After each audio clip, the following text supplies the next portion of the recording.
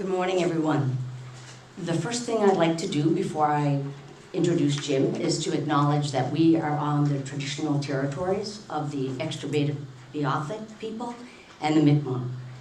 They lived here for generations, and if anybody questions whether colonialism in Canada has resulted in genocide, the answer is very clearly yes when it comes to the Beothuk.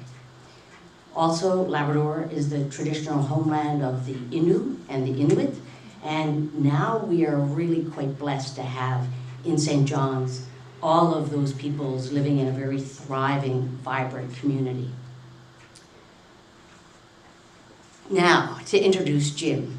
Full disclosure, Jim is a very close friend of mine.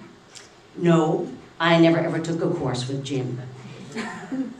I know Jim because of the connection with his beautiful wife, Yana, who's in the back row. We started our teaching career at an inner city school in Toronto, full of immigrant and refugee students many years ago. So I first met Jim at his home. And being a friend of Jim's, yes, I've been aware of his work and read his articles and read some of his major theories. But I never really truly appreciated just how much he's penetrated the world of training for ESL teachers until I was at an ESL Learn Teacher meeting here. And that was about, I guess, 10 years ago, 12 years ago. And this spontaneous conversation erupted, and everybody was talking about Jim Cummins, Cummins this, Cummins that, Cummins quadrant. And I was just sort of taking it all in, and I'm like, wow, like Jim's really famous listening to this group. And, I said to them, I said, wow, he's a personal friend of mine. Like, I'm just really impressed with how thorough your knowledge is of his work and how important he's been to you in your formation as a teacher. And they're all like, oh, wow, Jim Cummins. And the next time I spoke to Jim, I said, Jim, you are like a rock star. Like, you should have heard these women talking about you, Jim. But when it comes to well-known, globally influential academics, Jim is probably the most humble, down-to-earth human you will ever meet. And all of his work is rooted in promoting and respecting the rights of the language learner, the rights of the child. And as an academic, he's also constantly been going into schools and listening to teachers and observing teachers. And he's somebody who's very connected to the real world of what goes on in the classroom. We are so lucky to have him here with us today. When I moved back home to St. John's 18 years ago, I kept saying to Jim and Yana, come visit, come visit. So I'm so blessed that the conference has gone ahead in the flesh and we now have Jim Cummins. And even though the weather has turned cold, please let's give Jim a very warm welcome. Jim.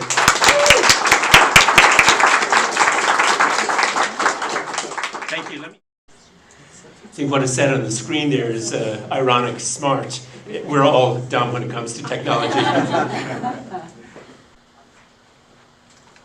Okay, hopefully we're in business now. Thank you, Suzanne, for that very kind introduction. I think if you had been in my class, you might not have done that well because, we interacted so much over many, many years and you learned almost nothing from me. And it's probably due to too many beers or glasses of wine being consumed. But anyway, thank you for the opportunity to be here. Let me thank the organizers of TEAL Newfoundland for the invitation.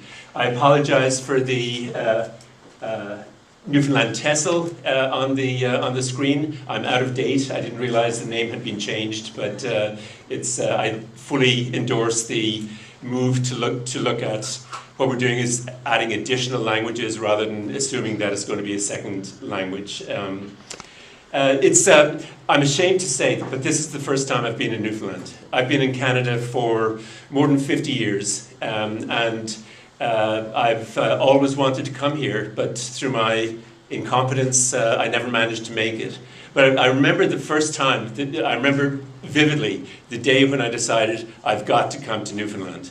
That was literally about 50 years ago. I'd come from Ireland, I was born in Ireland, and I went to Edmonton to do graduate work in the early 70s. I spent 5 frozen years of my life out there.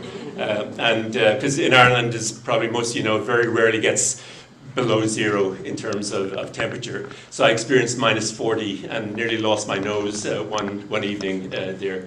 But I remember when I got there, the first thing I did, one of the first things I did was to look around to buy a car. Because I'd learned how to drive, I had a driving license. I had learned how to drive on my aunt's little mini minor, which is a car about this size. And so naturally I bought the biggest car that I could find, a Plymouth station wagon. And so I was driving from where I was staying into the university one morning, and I was listening to CBC, and Peter Zosky was on. I don't know if any of you are old enough to remember Peter Zosky, but he was the kind of the morning person on CBC. And he was interviewing this woman who was talking about fish recipes. And my first reaction was, I'm not interested in fish recipes, let me find another channel. But there was nothing that was any more interesting than that. And then I clicked in, hey, this woman sounds like she's Irish. Because virtually all of what she was saying could have come from the west of Ireland. But there was 1 or 2 phonemes that were different. And so I was intrigued. So I managed to find a parking spot and spent the next 20 minutes listening to the rest of this interview because I just wanted to find out, where is this person from? And of course she was from Newfoundland. And that was one of the first inklings I had of the history of Newfoundland and who the people who would come to Newfoundland were. I was growing up in a very insular society in Ireland. I didn't know much about Canada. I knew even less about Newfoundland. But I'd spent 2 summers working in the United States, and Canada was just kind of this big appendage up there that probably wasn't that much different from the States, and that was how ignorant I was at the time. But I decided on that day, when I listened to this woman, wasted 20 minutes of my time just to find out where she was from, I've got to go to Newfoundland. And due to my own incompetence, it's taken 50 years for me to get here. So thank you to all who've helped make this possible. What I'd like to do in the session today, we've got a couple of hours, or best part of a couple of hours. I've got a few things that I want to say. I've got them on the PowerPoint, which you'll all have access to later on. But I'll try to break it up at a couple of points, just so that we can have some dialogue rather than kind of waiting until the last 20 minutes to do that. So, and if there's anybody of those of you who are sitting in your pajamas and slippers watching this online, then please feel free to enter material into the chat or whatever, however it might be, and I'll see if I can address those issues too. I'm a little bit out of practice in terms of speaking at a podium in front of real people, because the last time I did it was about 3 years ago, and since then I've been doing a lot of, as we all have, online presentations and meetings. And again, you know, what you see below, what you see above the neck is not what you see below the neck. So I feel a little bit strange. It's the first time I've worn this jacket for about 4 years or so. Anyway, it's what you see in the title of what I'm going to talk about is multilingualism and learning, developing whole school policies to promote language and literacy development. And basically, a major point that I want to try and make is that if we're going to address the needs of newcomers, it's got to be a whole school process. The mindset in Canada, as well as many other places around the world in dealing with newcomers, has been that, okay, we'll hire more ESL teachers or language specialist teachers, and they'll deal with the problem. And the rest of the school often stays just as it was and expects the ESL teacher to work magic in the year or year and a half that she or he might have with the students, and then suddenly we can treat them as normal people, and they'll learn just the same way as everybody else does. We know from our experience that that doesn't happen. It may happen in a small percentage of cases, but it's only when the whole school is on the same page that we're going to really make the kind of progress that we want. Sorry, just...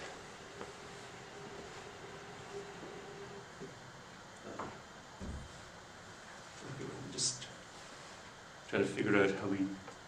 Okay, there we go. Oops.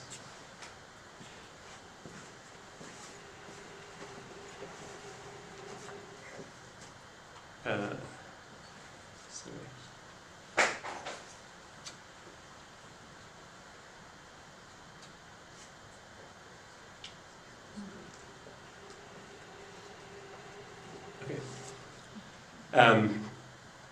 Okay, this is a book that was published by two ESL specialists in the Toronto District School Board, Fran Parkin and Felicity Sidnall.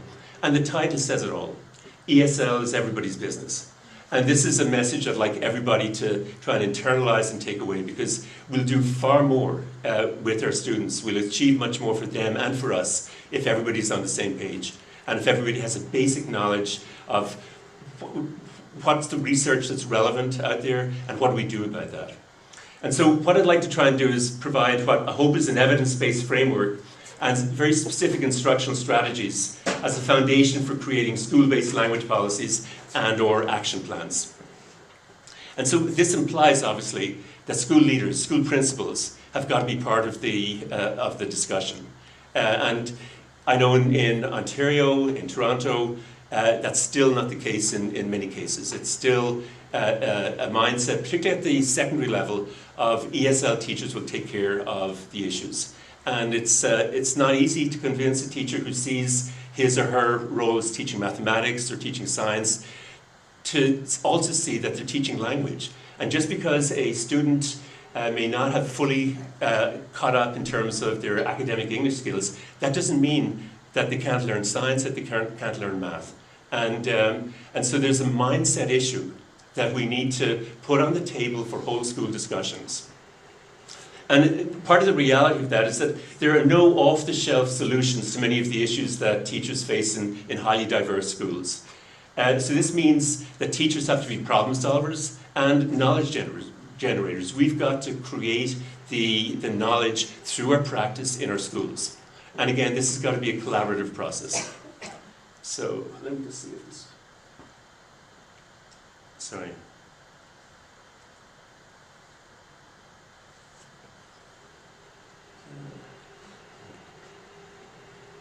Okay. So the first section, and I'll stop for a few moments after this, just open it up and talk about what I've been saying. What does the research say? What do we know about English language and literacy development among multilingual learners?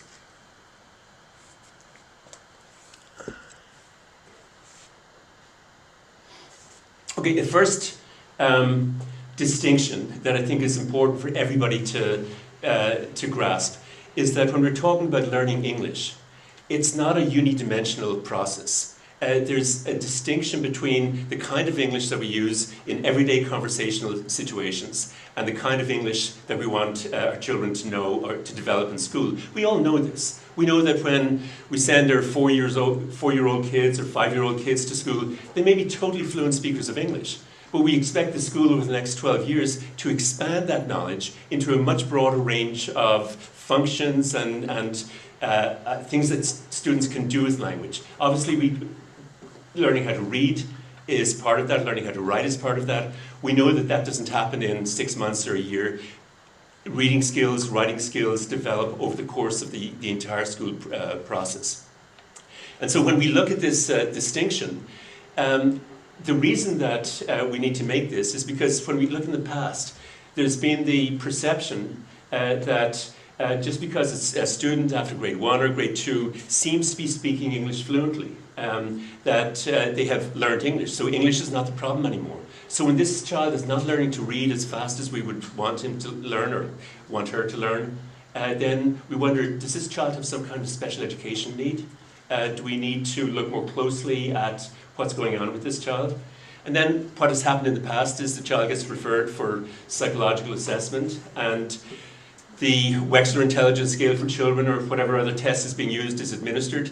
And we find there's a big gap between what the child can do non-verbally, what they call the performance score, and the verbal score. And this has often been interpreted as an index or an indication of a learning problem or learning disability.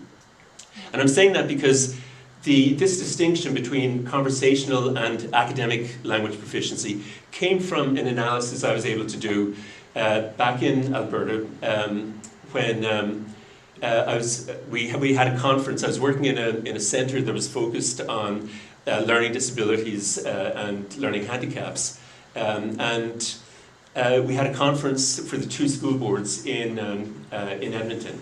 And I got talking to the psychologists or psychoeducational consultants, I think as they were called, from one of the school boards after the talk I gave. And they were saying, look, we have an issue here we'd like to talk to you about. We're getting a lot more students coming in from Latin America, from Europe, and we're not sure exactly whether the tests that we're using are valid for these students. And students are being referred, and we'd like to talk to you about it. And so we talked a little bit, and then I had an epiphany the next night when I realized that they've been testing all of these students for years. There's a ton of data in their files with all of the teacher referral forms, all of the psychological assessments that were done on these students.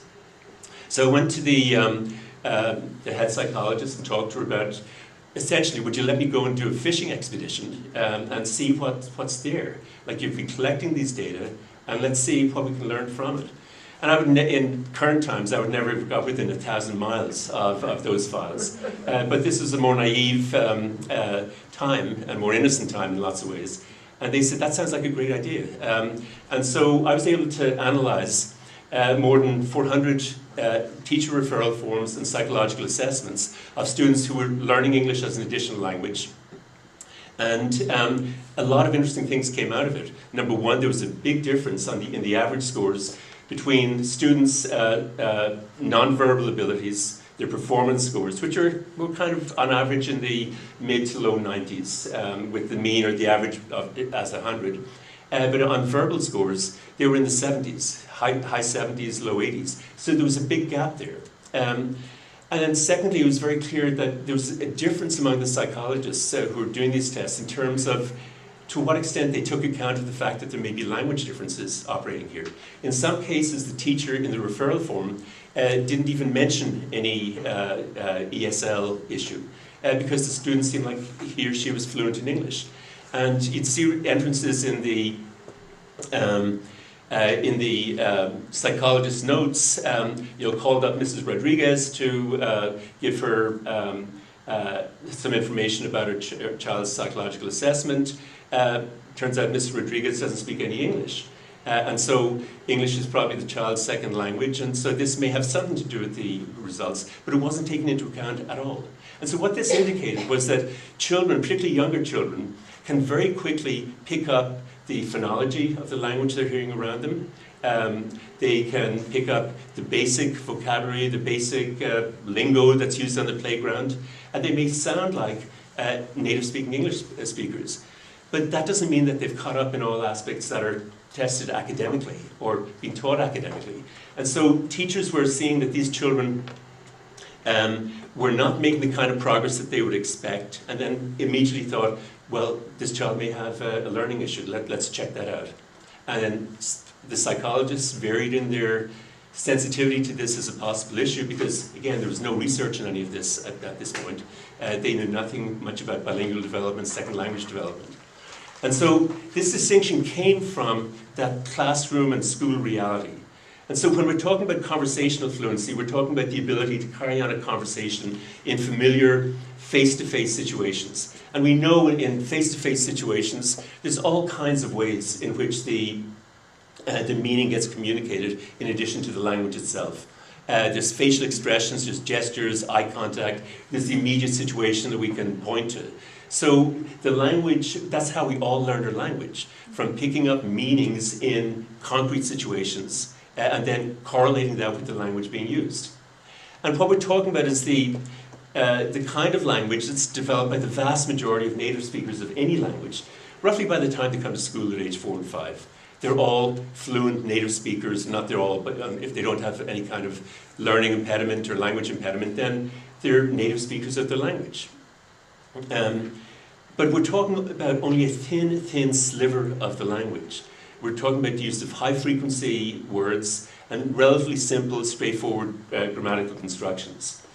And what the research shows is that in many situations, in most situations, students learning the school language, newcomers, typically require, on average, a ballpark figure, maybe between 1 to 2 years, to attain reasonable fluency in everyday situations. And phonology may be one of the first things that certainly younger children acquire. But when we look at the language of schooling, we're talking about knowledge of less frequent vocabulary. We're talking about the knowledge of the vocabulary of subject matter, as well as the ability to interpret and produce increasingly complex written language. So the language of print is integral to what we talk about in school. And even though when we're talking about, when we're interacting with students and trying to get across concepts and ideas, we will often use a simpler language to explain more complex concepts and ideas that are expressed in the textbook or in the broader society in much more complex ways linguistically. So we're talking about things like frequent use of passive voice and things like nominalization, where we make an abstract noun, like say acceleration or fluctuation, out of a verb or sometimes an adjective. And we hardly ever use the passive voice when we're talking face-to-face. So, you know, if you're in a social situation, if you're having a glass of wine or beer or a cup of coffee with friends afterwards, you keep on using the passive voice. You probably are not going to be part of that community for very much longer. And then the last point here is really central to everything I'm going to say. We find academic language in two places. We find it in classrooms and we find it in print. Okay? So because it's found primarily in books rather than in everyday conversation, extensive reading is critical in enabling students to catch up. And if we have students who are trying to catch up to where native speakers are, in other words, newcomer students or second language learners, then extensive reading is a powerful way for them to accelerate the catch-up process. So this is again, talking about icebergs. I'm going to be talking about a lot of icebergs, you know, following our fearless leader here who introduced the notion of the iceberg. But this is a pyramid or an iceberg that was developed by a well-known vocabulary researcher called Isabel Beck and her colleagues.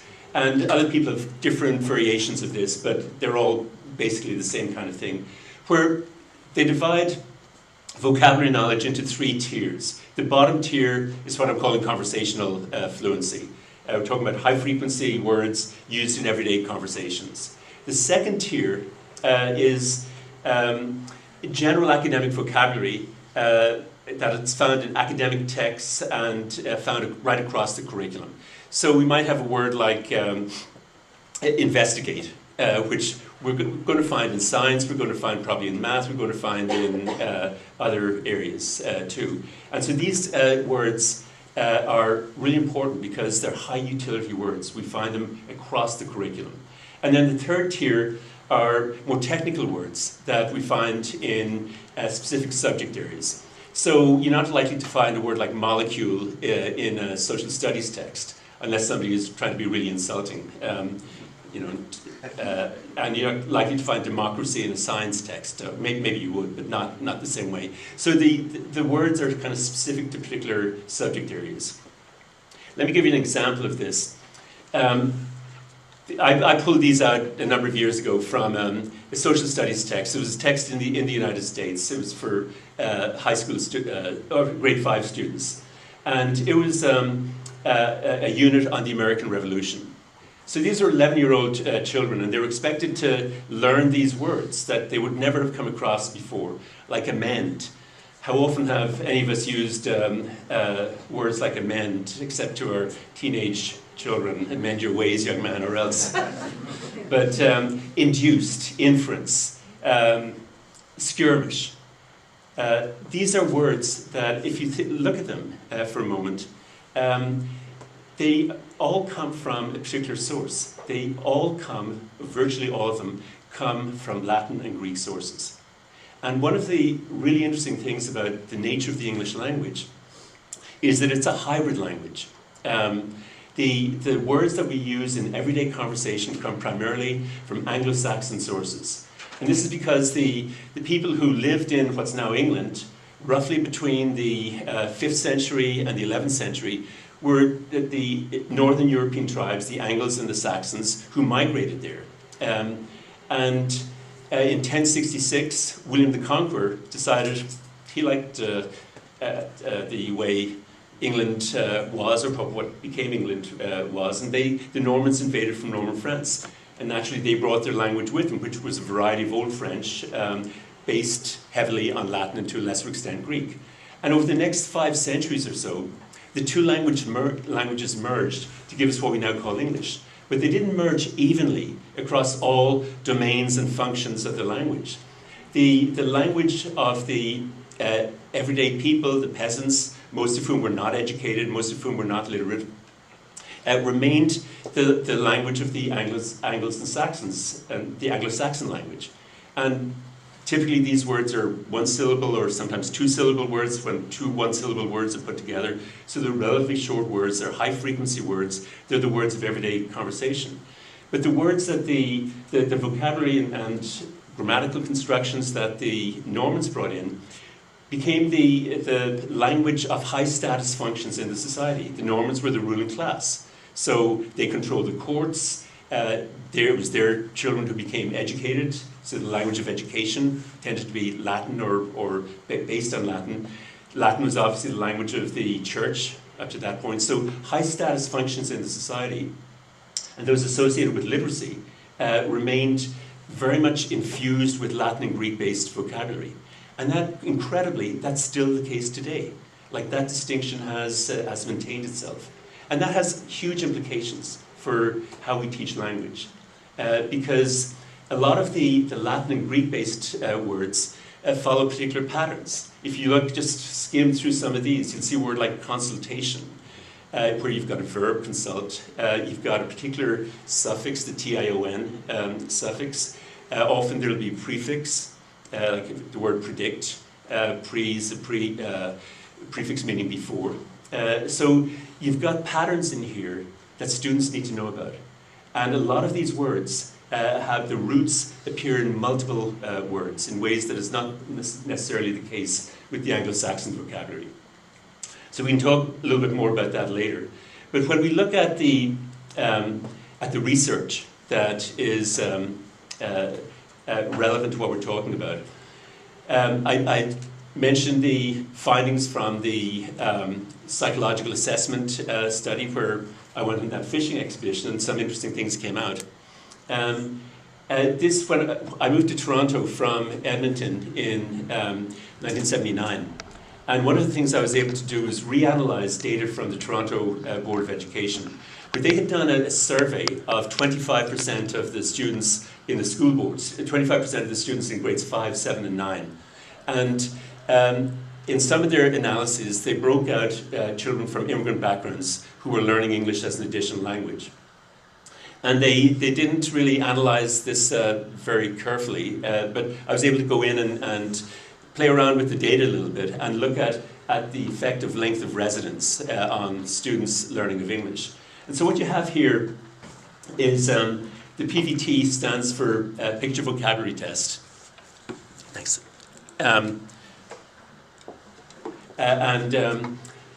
So this is a test of academic vocabulary, essentially. LOR is length of residence, and AOA is age on arrival. And so, and the 0 there is the average for the whole sample. And these are standard deviation units down at the in the vertical axis. So it's the same as, say, a typical IQ test or standard score where you've got a mean of 100 and a standard deviation of 15. What you're seeing here is that students who've been in Canada for 1 year, the LOR1, are about 1.5 standard deviations below the mean. So that's the equivalent of maybe 22, 23 standard score points. After 3 years, they've caught up to one standard deviation below. That's still 15 points below after 3 years of learning English, being immersed in a total English environment. It's taken 5 to 7 years on average for students to get close to grade norms, to get to within half standard deviations. And this was, I think, surprising to a lot of people because they figured that, okay, well, students learn to speak English pretty fast within a year and a half. And they were not aware that there's still this big gap. And if a student is lucky, she or he may have ESL support for a year and a half, say in a Toronto situation. But then they're in the regular classroom with no additional support. And if the classroom teacher does not realize that some of the strategies that we use to support students in ESL classes, like scaffolding, like being very clear in our explanations and various other things that I'll get into in a moment, that these strategies are not just for ESL, they're strategies that all teachers need to have. And so part of the reason I'm emphasizing a whole school approach is that unless all the teachers and the leaders in the school are aware of this, then we won't provide the kinds of supports that students need. And there'll be big differences. Some students may catch up really fast, others may lag behind for quite a long time. But these data have been replicated in studies in the United States, other studies in Canada, studies in Israel, studies in the UK. And they've been around for more than 40 years. And so they have big implications for what we do in our schools. The last thing I'll talk about before I stop, it comes back to icebergs. And in a different way from the cultural iceberg that we heard about. This came from the same kind of reasoning where there was a sociolinguist, a person called Roger Shuy, S-H-U-Y, who talked about language proficiency being like an iceberg, where the surface features, the part that's above the water, are only a small fraction of what's really important in terms of what's below the surface, what we don't actually see. And below the surface you have the academic type skills, the ability to use language efficiently and coherently in a variety of different situations, in writing situations, in all of the kind of registers of language that students will be required to display competence in as they go through the grades. And he and I were on a panel together in, I guess it was probably very early 80s. And you know, he was talking about this, and it suddenly occurred to me that, hey, if we could think of language proficiency as an iceberg, then we could think of bilingual proficiency as a double iceberg, where even though the surface features of the two languages are different and distinguishable, at an underlying level, there's a lot of overlap or interdependence among the two languages, so that there's connections across languages. This is very obvious if we talk about, say, a language like English and Spanish, where the Spanish is a Romance language. Many of the academic words in English that come from Latin and Greek have cognates with Spanish.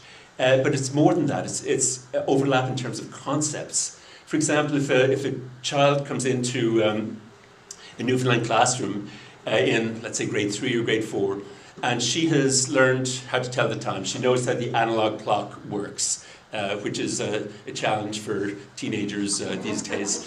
But like she knows there's 60 seconds in a minute, there's 60 minutes in an hour. And so she knows that.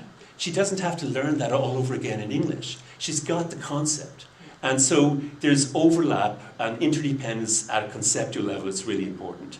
There's other aspects too. Phonological awareness in the early stages of learning to reading shows a lot of overlap across languages. But what this means is that children's home language is not irrelevant. Okay? The more children continue to develop their home language, the more they develop literacy in that language to the extent that that's possible, the better the foundation they have for adding English to that, for building on that. And so there's ways in which we can connect with parents to help make that happen. Because parents don't know any of this research, or most of them don't. And if you've got a situation that we heard about earlier on, it was Leo, is it, you're talking about it, where you've got childcare centres in the schools where the adults are learning English, you've got huge potential to educate parents about some of these issues. And to have as one of the focus, one of the themes, childcaring, and childcaring in a multilingual environment, where the more children can interact with their children, the more parents can interact with their children in the first language, the better that language is going to develop. The more children, more parents and families have access to books in that language and can read to their children, the more their reading skills are going to be establish a foundation for adding English skills to it. And that's something that parents, particularly parents who may not have had the same kind of education that most of us have had, may not know. And they need to know it because it's crucial for their children's well-being. And it goes back to what I was saying earlier. That when we look at the nature of the linguistic demands and challenges of our schools, these are challenges that of learning the language of print and being able to use that both orally and in written form. And the more children have a foundation of that in their first language, the more the two languages continue to develop, the better they're going to do in school in English. So let me stop there for a few minutes, and we can maybe take 5 or 10 minutes of questions or issues or clarifications or disagreements that anybody wants to raise. Okay? Yeah. Just wondering, how would you offer support to that parent? You know, let's imagine that it's an English school and that at home they're speaking Japanese. How would you offer help to that parent to teach Japanese at home? Is that what you said? Yeah, you're not going to be offering help in terms of teaching Japanese because you don't speak Japanese and there's... To encourage the first language. Is that Yeah, what you said? yeah, exactly. So there may be community language schools in particular languages. In some cases where there are large numbers, we often have that. And communicating to parents that that's potentially a good thing to make use of, to show the legitimacy of students' first language and to expand it beyond what may be possible in the home. That's one area. But secondly, when parents come to the school, say for parent-teacher meetings, and one of the things they're always interested in is how can I help my child do better in school? One major way in which we can help our children, parents can help our children, is by reading to them. Or if it's a language where there isn't a literate tradition and there are no books in that language, telling stories, sharing the culture, sharing the experiences, sharing family histories. All of that information that's communicated in child's home language is expanding their knowledge of language, expanding their understanding of who they are as Afghan Canadians or as Japanese Canadians or whatever it might be. But what that's really interesting to me because we tend to try to focus on they have to use their time to study English and to move away from that first language, right? So that's really exactly. I'm saying that's potentially not a good strategy. It may be that parents are not very fluent in English. And so if they try to switch to English, as many parents do, sometimes on the advice of doctors, sometimes on the advice of teachers, then they may be just lowering the quality of communication between parent and child, exposing children to maybe poor models of English. And so it's a very double-edged sword to kind of advise parents that they should use as much English as possible in the home. One of the things that'll do is reduce any opportunity children have to become really bilingual. And there's a lot of research out there, I'm not going to go into it in any detail, but developing bilingual skills is good for your brain. There's all kinds of benefits in terms of awareness of language, in terms of linguistic and cognitive flexibility that come from knowledge of the two languages. But what the implication of the research underlying this double iceberg metaphor is that if your Japanese parents can read to the child, explain how the Japanese orthography works, get the child curious about that language, get the child proud that he or she is a speaker of Japanese as well as English, then the more they will make an affective connection between that language and who they are. And we can help that by supporting it in the school. Let me just throw out something here that I think is really powerful and well worth checking out. My colleague in Toronto, a person called Emmanuel Le Vorsman, don't try and write that down. It's, but it's she and a colleague in the Netherlands, where she used to work 5 years ago, started off a movement called the Language Friendly Schools movement. And on their website, which has grown considerably in the last few years, you've got the stories of schools written by the schools themselves and often presented in video and PowerPoints in terms of how they became language-friendly schools, where even though they might have a mini United Nations in their schools with 80% of the students coming from non-English speaking backgrounds, which is relatively common in cities like Toronto, they manage to welcome children's languages into the schools. They get children carrying out projects on their language. They get children sharing their knowledge of each other's languages, learning words in each other's languages. And so their awareness of how language works increases, and their pride in being a speaker of those languages increases. So if you go to languagefriendlyschool, all one word, .org, you'll find some really interesting and inspirational information on that. Thank you. Okay. Any other questions? Yeah. Less of a question and more of a potential resource for those interested in getting parents to engage their children in literature in their native languages. The public libraries actually do have a pretty decent section of books in various different languages, and some of them are in English as well as, say Arabic or Chinese. So that's a good resource to let parents know, hey, public library, you might find children's books in your native language. Absolutely, and not just public libraries, but on the web there are quite a few sites with multilingual books there that again parents can go to. They can read the story in their home language. They can read the same story in English or whatever other language they want. There's a project that Bonnie Norton at University of British Columbia has been involved in over the last few years, called the African Storybooks Project, and I think it's got a different name right now. They've changed that, but it started off as the African Storybooks Project. If you put African Storybooks and UBC in a search, you'll find it, where there are about 60 or so stories focused on animals and focused on the African context, or animals that are in the African context, that are available in multiple languages. And so again, the point here I think is really simple.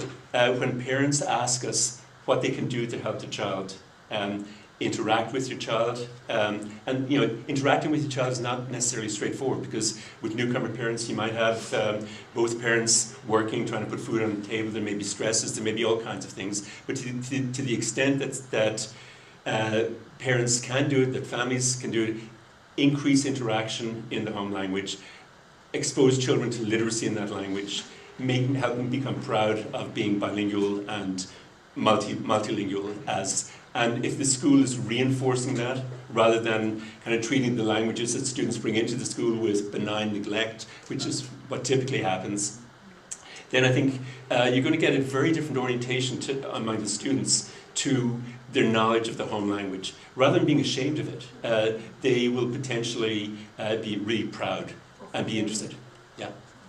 You had a question? No, I was just going to say, kind of on that side of it, in a junior high setting, I see a lot of teachers saying, English please, Yeah. but they don't realize the connection between their L1 and, their new language. So just kind of speaking to that, I think we as, educators of English as additional language, we need to kind of come forward more and say, it is really a learning tool for them to use with their peers and things like that. I have a student who's Arabic, but she was hard of hearing, so she's not really fluent in her first language, and now she's kind of struggling in her second. Yeah. So she's actually going to Arabic school now and things like that, but just really valuing their L1, right? And not, like when I hear teachers in the hallway saying, don't speak Arabic, it cringe, but I'm like, it is, it's who they are, and, Yeah. They can use a lot of that second part of the iceberg to infer, their knowledge and stuff like that. Yeah, exactly. And when we hear that refrain, use English, it's kind of common sense. It's not surprising. We want children to acquire English as fast as possible, and we assume that, well, the more they use English, the more they're going to learn it. I think the research is suggesting a different approach. But at the same time, I think there has to be rules of the game in terms of when it's appropriate to use the first language and when it isn't. And what some of the schools in the language-friendly schools movement have done is they've, or what some teachers have done, is they have not only been involved in developing a whole school language policy, but they develop classroom language policies with their students. And they get students talking about language, and how do you feel if you've got a group of children speaking a language that you don't understand, you feel left out. What rules of the game should we have? And we want rules that would be inclusive, but we also want rules that acknowledge that the languages that children bring into the school are cognitive resources. And for many children, up to that, while they're catching up academically in English, it's going to be more efficient for them if they're working in a group to use their home language to figure things out, and then they may solve the problem or create whatever they're creating, and then they present that back to the class in English. And what you've got there is a lot of neurological activity where the two languages are coming together. So kids are getting the best of both worlds. And they're getting the message that their first language is legitimate, but at the same time that if we are using it with our friends, we may want to include other people. And so if we're talking to somebody and somebody who doesn't speak the language comes in, we may want to fill them in on what we've been talking about. So, but the students themselves can talk about this and develop policies that make sense for them. Much better than a top-down, teacher-directed process. And I'm coming from a primary elementary background, and now I'm kind of in junior high, so it's really embedded in the primary elementary classroom, learning the child's language and kind of valuing it and sharing and celebrating it. Whereas in junior high, I think teachers are so stressed to get the curriculum done in 50 minutes that kind of doesn't really get transferred as much, right? Yeah, my wife and I have two of our sons are teaching in junior high, so we know exactly what they're talking about. Yeah. First and second year teachers, so. But again, you can see why we need to put these issues on the table and talk about them as a whole school community. Because a lot of the things that we do with good intentions and that seem like common sense may not seem like common sense when we turn the coin around and see a totally different reality. What we're maybe communicating to children inadvertently, or students inadvertently, is that their first language is not legitimate. School is a English-only zone, and if you want to be accepted here, you give up your first language, you give up your first culture. And that deep part of the culture that we want students to develop also is not being developed, it's being suppressed and seen as something that excludes the student. So, talking about these things as a whole school community, I think is really important. And every school community is different. The teachers are different, the school population is different, the parents are different, the challenges are different, the opportunities are different. But so each school policy will be different, but there's a core, and I've tried to present some of that core of research that speaks directly to what we may want to consider in developing that policy. Okay, let me move on and just look at how does this research evidence translate into whole school instructional policies and practices. We've talked obviously a bit about that in the last few minutes. But one of the ways I've tried to approach this is to step back a little bit and ask ourselves, who are the students, who are the groups of students who are not doing well in school? Like what categories of students are not doing well? And obviously our particular focus here is on students who are learning English as an additional language. And some of those students do brilliantly, many have less positive outcomes for a variety of reasons. And what are those reasons? So when we look at the big picture, and I'm talking about here about groups of students rather than individual students who may have special needs, which is an individual problem. But there are three groups of students that on average tend to experience disproportionate educational challenges. First is immigrant background students who are learning the second language as an additional language. And then there are students from socially disadvantaged backgrounds, students from low-income backgrounds, students whose parents may not be highly educated themselves, parents who may be struggling to put, or children whose parents may be struggling to put food on the table every week, and increasingly that's an issue across Canada, not just for immigrant background families, but for many families. And so we know from research, kind of since research has been around, that there are big socioeconomic differences in school achievement. The effect of socioeconomic status, SES for short, is pervasive in the vast majority of countries. And so we need to ask ourselves, well, what's behind that? What are the causal factors? What some people have called the opportunity gaps that are operating? And what can we do about it? If we're looking at one of the factors that's often associated with underachievement, and that's segregated schooling, where families from low-income backgrounds and immigrant families are often in a city like Toronto living in high-rise apartment buildings, such that the schools they go to have maybe 95% of students from low-income, non-English speaking backgrounds. So that segregation creates its own issues. And schools can't do very much about that directly. But there's one thing that schools can do a lot about, and I'll talk about that in a moment.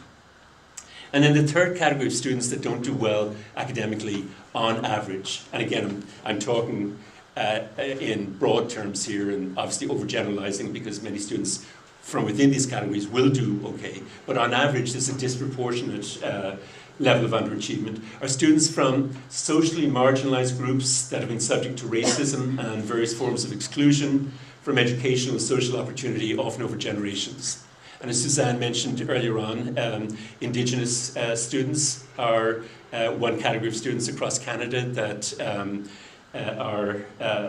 fall directly into this category, not just across Canada, but internationally, where we're talking about at least cultural genocide, sometimes in other countries, actual genocide. And that racism still exists across Canada in many of the institutions.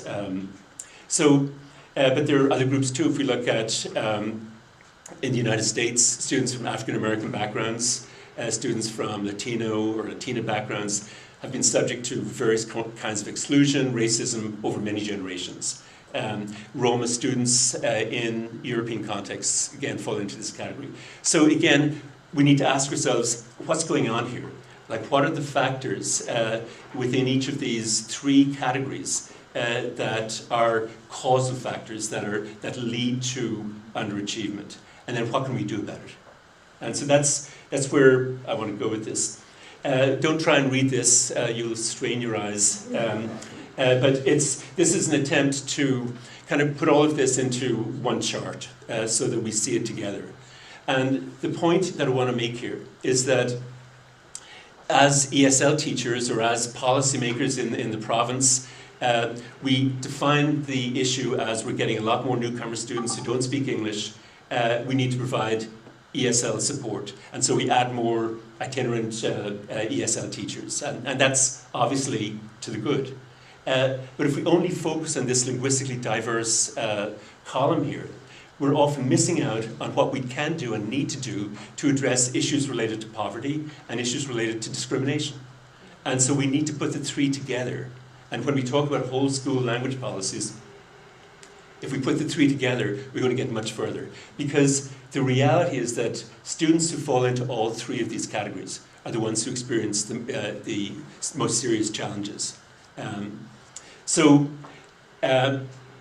Let me just leave this to the side for a moment, and I'll come back to it later on. And again, you'll have access to this. So I see this as being potentially useful as kind of a one-pager that we can use as sort of a cheat sheet almost, or as a summary of some of the things that we need to talk about within our schools. So if we look first at linguistically diverse students, the source of potential disadvantage is failure to understand instruction due to homeschool language differences. So what we need to do is three things. You can obviously get into subcategories of all of these, but these are three major things. We need to scaffold comprehension and production of language across the curriculum. In other words, the metaphor of scaffolding involves providing supports such as visuals, graphics, etc. We need to reinforce academic language across the curriculum. If we want students to catch up in an expedited way, we need to take every opportunity to draw their attention to how this strange language of schooling works. And thirdly, we'll get much further if we engage students' multilingual repertoires rather than assuming that, well, students' home languages are irrelevant because we don't speak those languages. There's 15 different languages in my classroom. That's fine, but I can't do anything with that. I'm going to show you some examples of what we can do in relation to that. So the metaphor of scaffolding, I'm not going to spend any time on it. I think all of us know what the ESL toolkit is, and you can see some of those things down on the side. But the point I want to make again is that all teachers need to have this toolkit. It's not just a matter for the ESL teacher. Reinforcing academic language across the curriculum. Again, when we talk about across the curriculum, we're talking about when we're teaching math, when we're teaching science. We're also teaching the language of math and the language of science. And there are all kinds of opportunities to draw students' attention to language, as well as to reinforce their knowledge of how academic language works. And one short kind of mnemonic, in a way, in terms of doing this, is that when we're developing our lesson plans to teach particular content areas, say if we've got a lesson on photosynthesis in science that we're going to teach, not only should we note down what our objectives are in terms of teaching the content, but what our language objectives are in teaching that. And one way with a notion like photosynthesis that we might do, we might start off by putting the word on the blackboard or the whiteboard and saying, like, what do you see in this word? And so some students will probably say, well, it's got photo in the front. Okay, what do you know about photo? Maybe let's do a little brainstorm and see what comes to our minds in terms of photo. Some students are going to say, well, photographs, photography. Right, what do we know about photography? Okay, we'll get to the notion that it's coming from light is central to what is involved in photography. And then we can then teach them a little bit of Greek. The owner of a white Subaru parked next to the dumpster. Could you please move your car immediately? That's a white Subaru parked next to the dumpster in the office parking lot. Please remove your car. Okay, anybody need to move a car? So basically, you'll get to the fact that the word for light in Greek is photos, and so you're making that connection, and so you're kind of halfway to teaching one of the essential aspects of photosynthesis by looking at the language, at the way it's organized. So this is just one example. Again, if we're looking at a word like predict, which we may come across in the early grades, the early primary grades when we're teaching science, because prediction is integral to what science is all about. And students all have a kind of a sense of it because they're watching weather forecasts on a regular basis, or some of them are. But we can tell them that the pre stands for before, and the root of the word comes from Latin for to say. So when we predict, we're saying that something's going to happen before it actually happens. You just think for a moment about all of the words that root gives you access to. Any student from a Spanish-speaking home backgrounds will know what contradict means. Contra is a word for against, so you're speaking against somebody. Dictation is something that we ask students to do. Dictators tell you what to do. And again, you can go around, there's probably about 30 words with that same root that we can begin to have students draw their attention to it. So these are just illustrations of what we can do. In terms of engaging students' home languages, here's an example from a grade 4 ESL classroom. The teacher was a person called Robin Persad. And one of the things that he did with his students, among many other strategies of bringing in their home language, was have students work in language-specific groups to look at how their home language and English are similar or different. And so there was about 3 or 4 groups that had particular home language backgrounds in common, and then he worked with a group that had multiple languages together. And so this is what the Arabic students did. They came up with about 5 things that were different. And they wouldn't have known this. They might have had to ask their parents about how Arabic works. They may have done some Google research. They may have got their information from a number of sources. But they're exploring language, they're becoming interested in language. And their home language is being validated as they get into this, because their home language is obviously seen by the teacher as relevant to their learning of English. Just as an illustration of how that double iceberg framework works, and it's not a static thing, it's a dynamic interaction between the languages. Here's what a couple of students, both of whom were from Pakistan, said. This was in a class. Lisa Leone was a teacher, and she consistently encouraged her children or students to write in their home language when they were doing projects. These were kids in their first or second year of learning English. So she had them write dual language books. If they were doing a project, she would have, say, on the human body, she would have them write in the words for different parts of the body in their home languages as well as in English.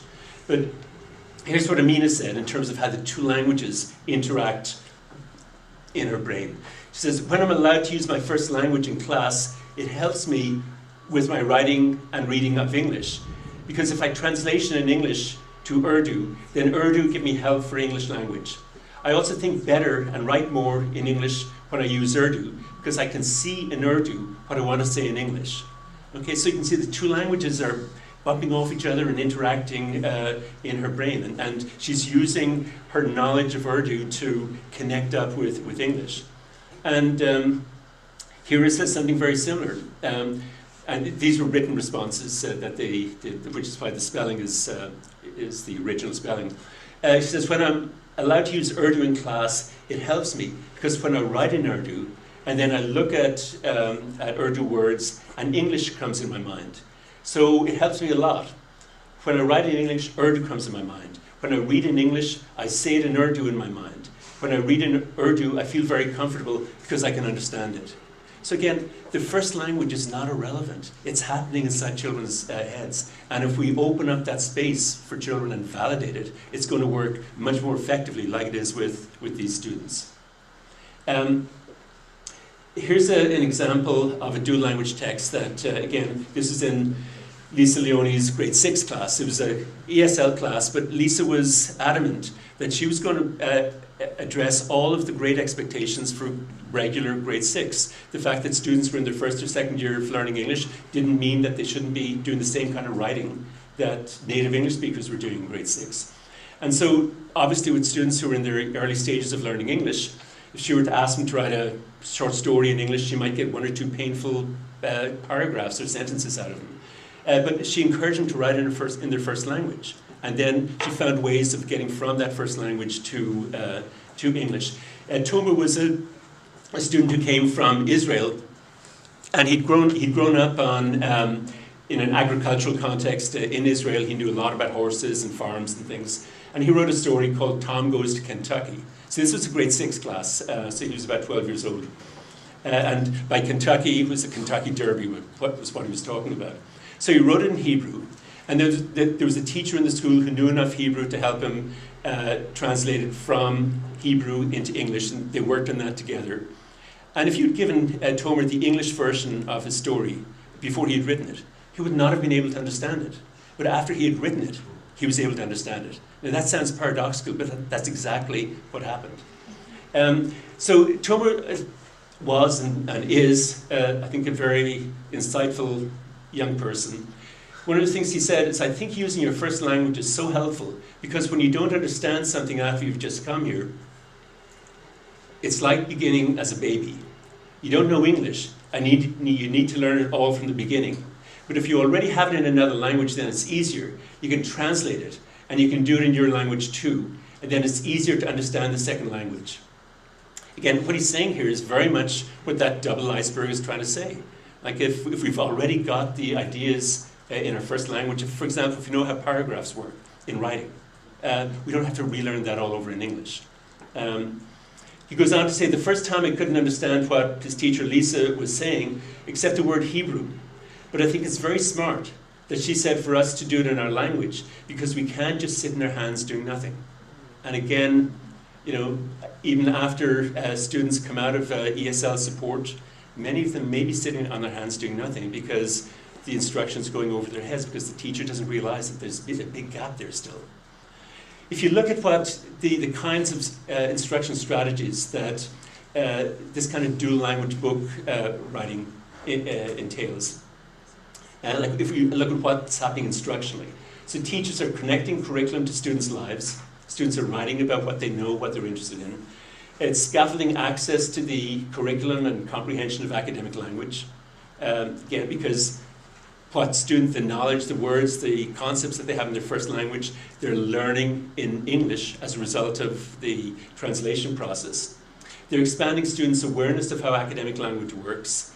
They're promoting second language or English oral language use.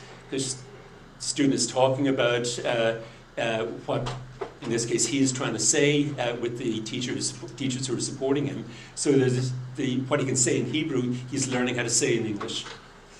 It's affirming students' identities. It's basically saying to students, look, you've got something to say. You're not coming into this class as a blank slate. You have experiences, they're legitimate, they're important, right from those experiences. But we can't ask students to do that if the school is an English-only zone.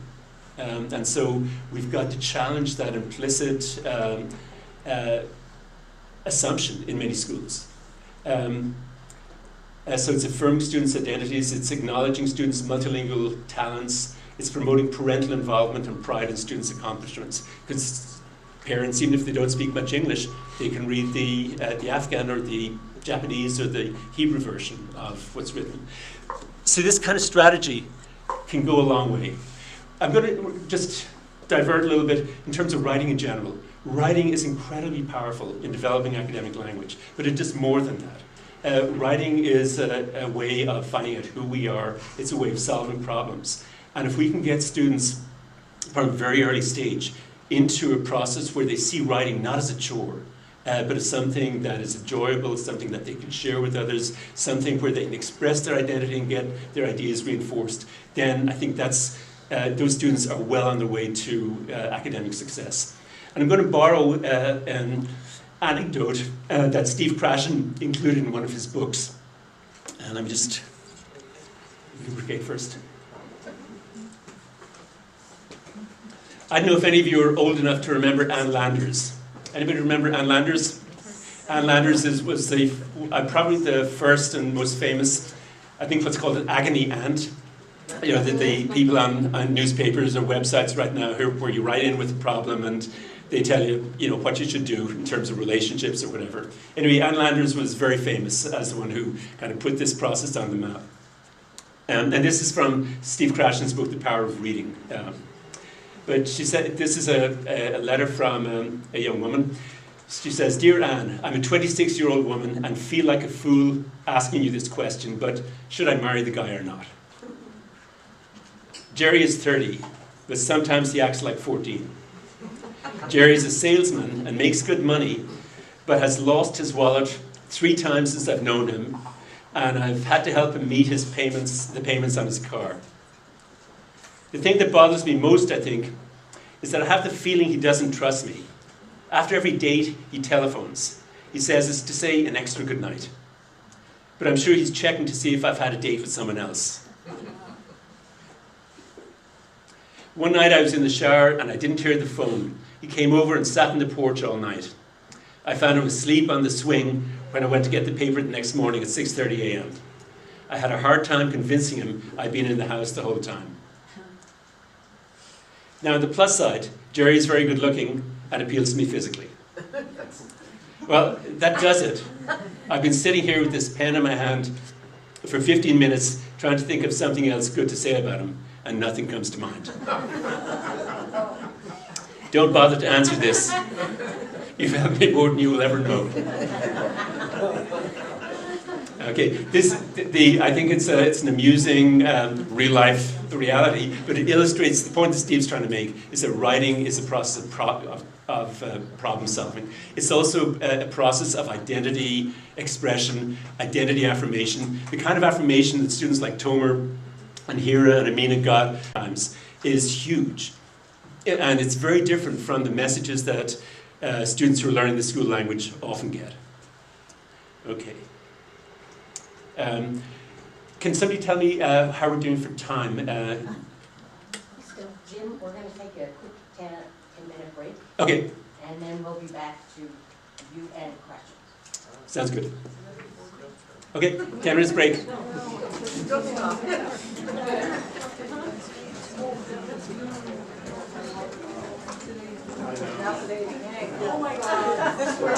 Thank you for rolling with that. No, it's I just came here from the teacher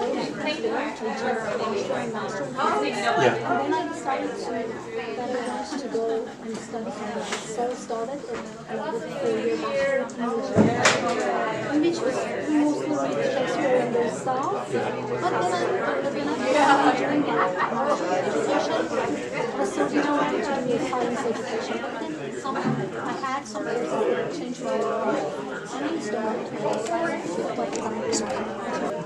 And then the tiny hour of life, after 15 years of teaching physics and math, I started to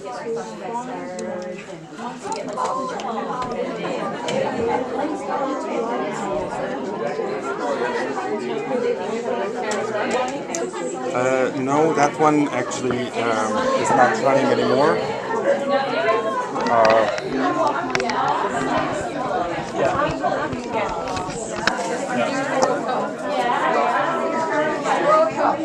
Okay, this is gonna be better.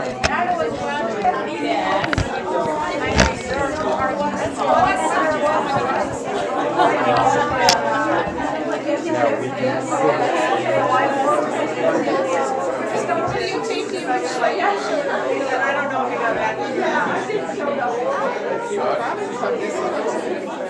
Is this like better? So, you can ask someone to stand here. And, so if I stand here. Oh, that's the camera? Yes.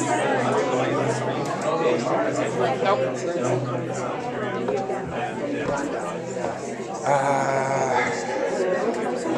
I will ask someone. Just ask Suzanne to stand there on the other side of you. Yeah. حسين حسين حسين تعال وقف لي هون دقيقة. تعال وقف هون دقيقة بعد. Don't forget to eat little break too. Can you just stand over there? Why did it? Oh, it's. Looks like it's frozen.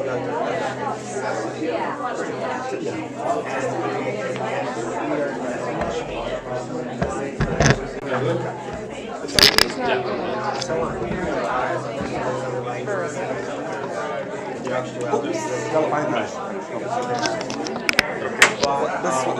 Yeah, this is what I'm seeing. Why is it different? Is it better now? Yeah. Okay. Now it's like there is a delay, of course. That's okay. What is this camera for? It's not working. That is from Morris. Now, is this a little better now? It is a little, like you can see half the screen. Yeah. Could you move him slightly towards the screen?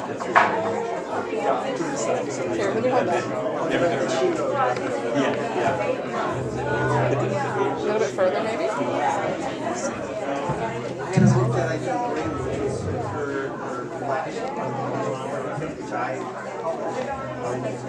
Yeah, Kelly, you almost have him in there now. Yeah. Like just another fraction. Well, let's see what else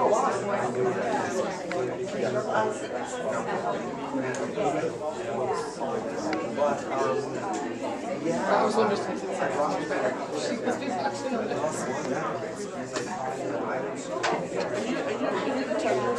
No, I'm not. I'm just standing here just for them to. How are you? Are you going to be the check? Are you going to be the check? Yeah. No, I'll talk. Actually, calling is busy.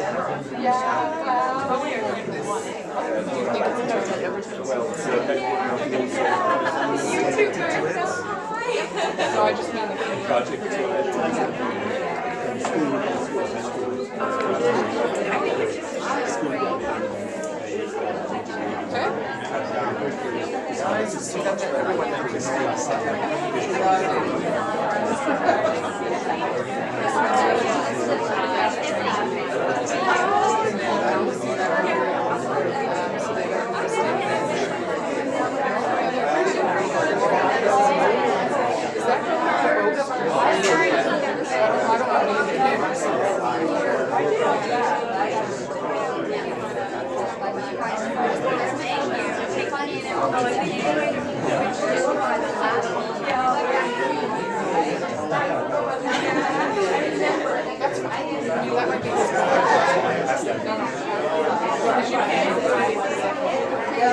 Yeah, well,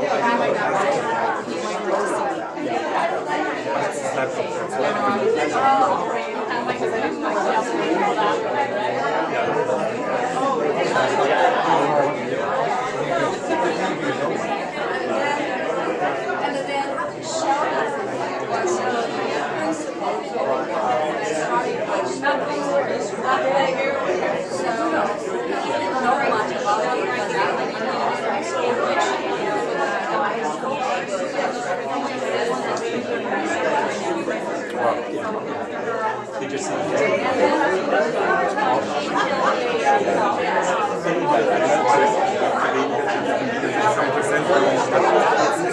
I have to ask him. Okay.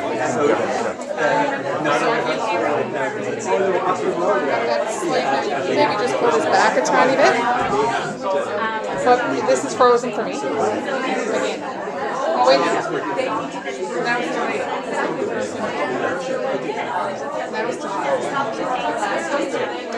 We okay?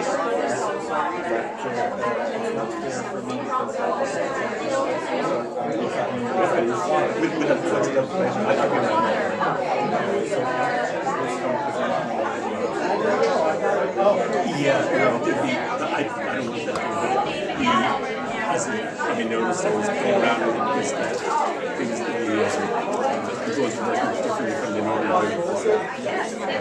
So are you wanting it to be the full screen? Yeah, but I was playing around with it. I just didn't want to. So just go to the slideshow and back. Just go from current slide. Yeah.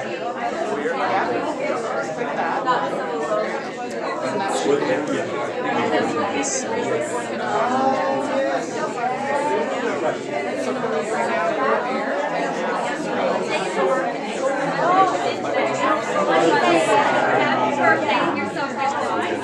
Make sure you go from current slide.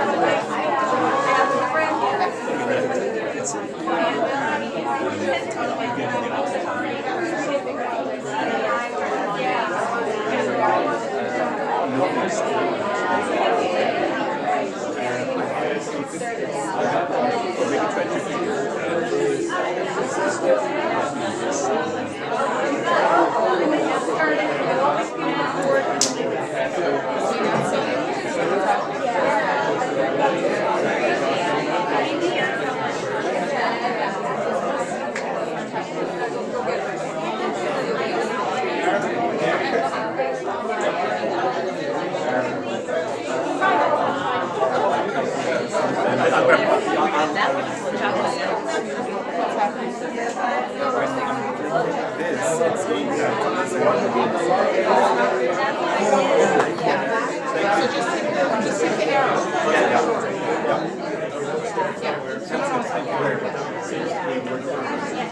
And that was that right here. Do you want to stay in the room in a second? There should be some delay though, but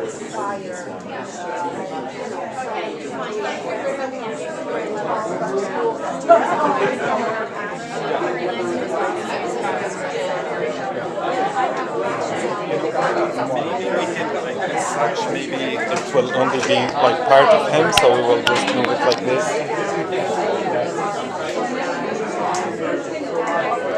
Yeah, it's too bad you couldn't turn off that light. Do they all turn on? Do they all, or do you have like the ability to turn some on? Would you turn them all off or just some? Yeah, I will turn it Maybe on. try that one. Well, try it because it might be that he's too dark. So just try it and we'll put you back in the camera. Yeah, okay. And then we can figure it out.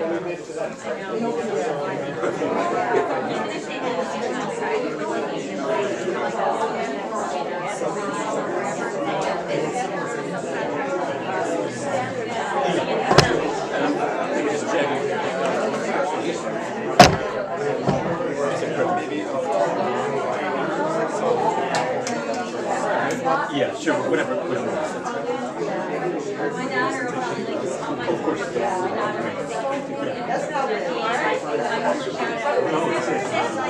I was a bit frustrated because like normally it's very easy to just get it over.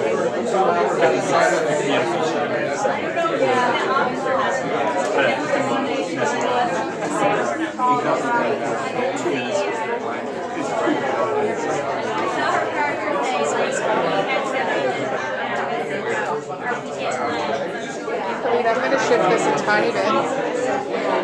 Just because the mic is in it and we don't need it. You don't want this like him on like, you know, like just Very edge. Yeah, except I like that the screen is in there. yeah. I'll Turn off that light and we'll try it then.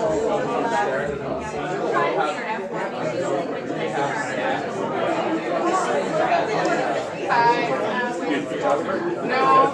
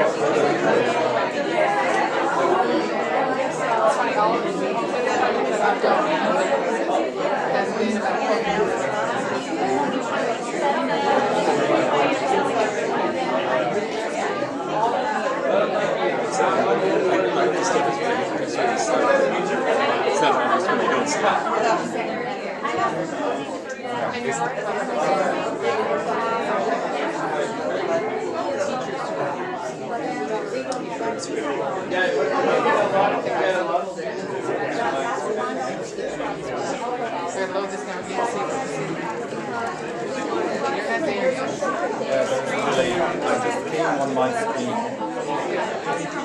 Didn't come on yours. Well, but still, you know, yeah, the screen is not. Wow. Oh, this is great. Yeah, awesome. I can see it very far. Awesome. However, you're not super dark.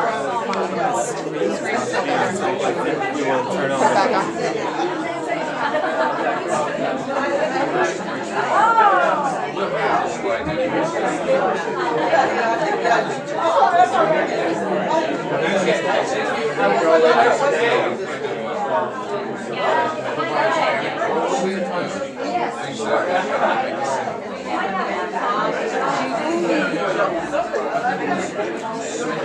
Somebody else in her.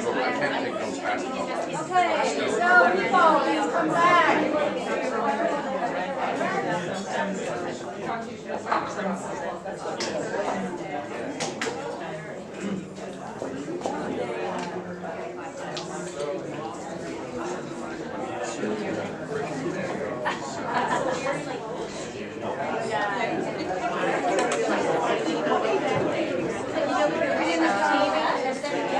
I know, like key to it.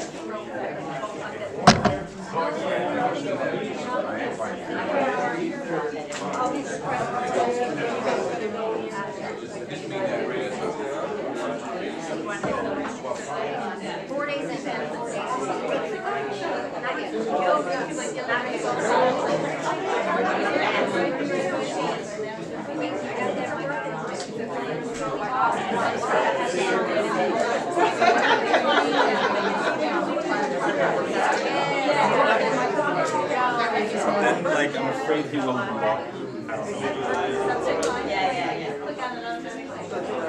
know. Okay,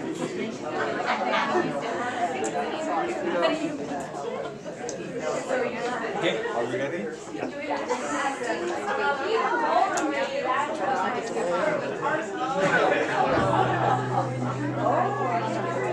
So we're back, and we will continue for 30 more minutes, and then we will have the lunch break. Thank you.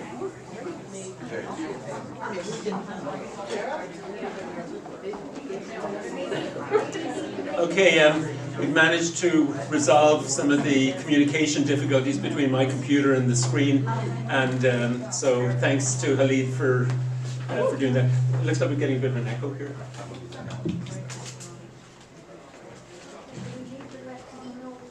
Okay, I'm just going to go through a couple of other things, and then we'll open it up for discussion. But I want to move on to looking at what are the opportunity gaps and what can we do about them in terms of social disadvantage. And so, going back to the point that I made earlier on, when we look at the logic that academic language is found primarily in printed text rather than in everyday conversation. And so students' opportunities to broaden their vocabulary knowledge and develop strong reading comprehension skills are likely to be greatly enhanced when they have abundant access to printed text and engage actively with these texts. And I'm talking here not just about the K-12 situation, but I'm talking particularly preschool. It has a huge impact, and we can do a lot at the preschool level to really prepare students for acquiring literacy in the primary grades. So I'll go through this fairly quickly, and as I said, you will have access to the PowerPoint afterwards, so you can kind of skim over it again if you want.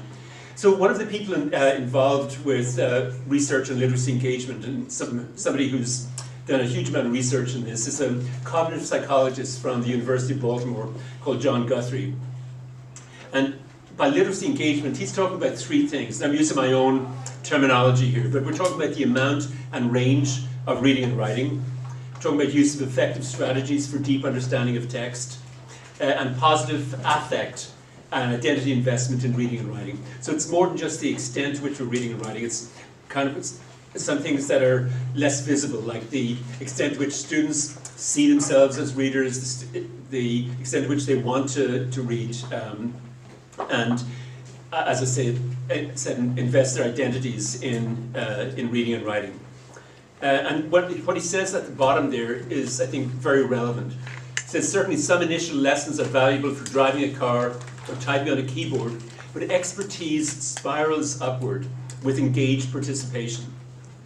And he's talking about learning to read here, but it applies to virtually every aspect of our lives. We need to participate, we need to do it. Some lessons are useful, some tips are useful to get started, but there's a lot of self-teaching involved as we participate in something. And reading and writing, he's saying, is very much like that. I'm not going to go into some of these slides in detail because it's just dealing with the research. Basically, what the research is saying, and this is research from Nell Duke, who's a very well-respected reading researcher, is that students from low-income backgrounds typically experience significantly less access to written language in their homes, their schools, and neighborhoods. For example, and she's talking here about the United States, but public libraries in low-income neighborhoods tend to be far less well-stocked than in more affluent neighborhoods. In the United States, again, she's talking about here, schools serving low-income students tend to have far fewer library books in their school libraries, and often there's a focus on just teaching the skills, foundational skills in reading, without also bringing in students' experience, without building on their culture, the knowledge that they're bringing into school. And so, again, some of that foundation is missing. If you look at why there's a difference in virtually every society between more affluent kids from high socioeconomic backgrounds, and kids from low-income backgrounds, in terms of how well they do in school generally, and in particular, how well they develop literacy skills.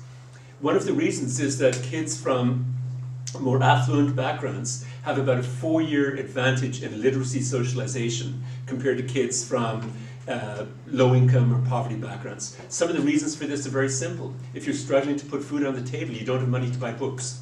You don't, if both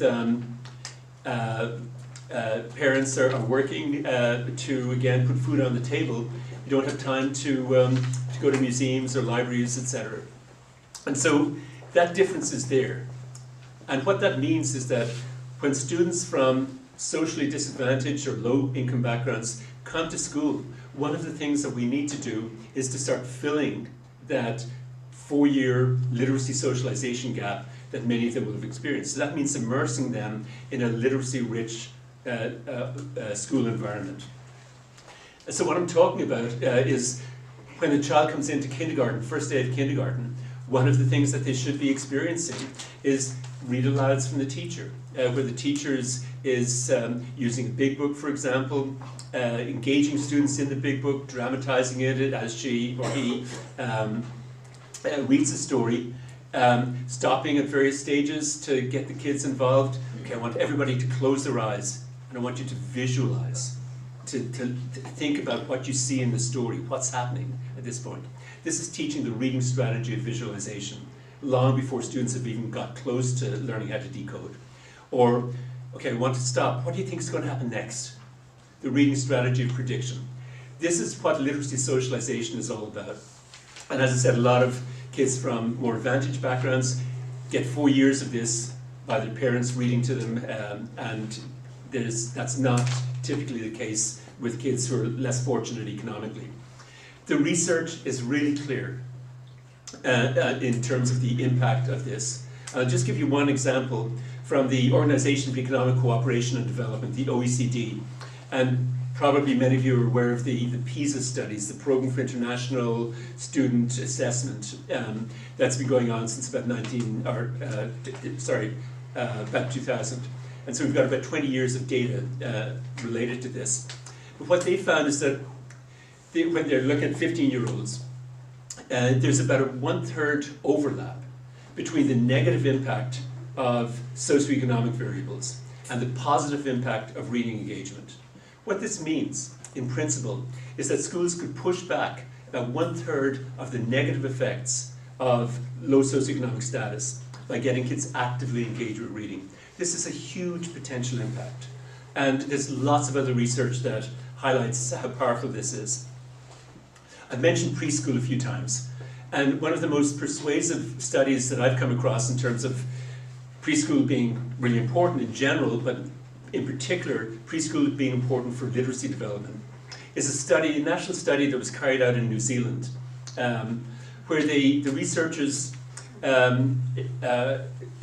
observed in multiple preschools that were nationally representative across New Zealand. And they rated the schools in terms of a number of characteristics. And what they found was that there were 5 aspects of the preschool environment that seemed to exert a long-term impact on students' development. 4 of these dealt with the quality of adult-child participation in the preschool environment. But the 5th they called literacy saturation.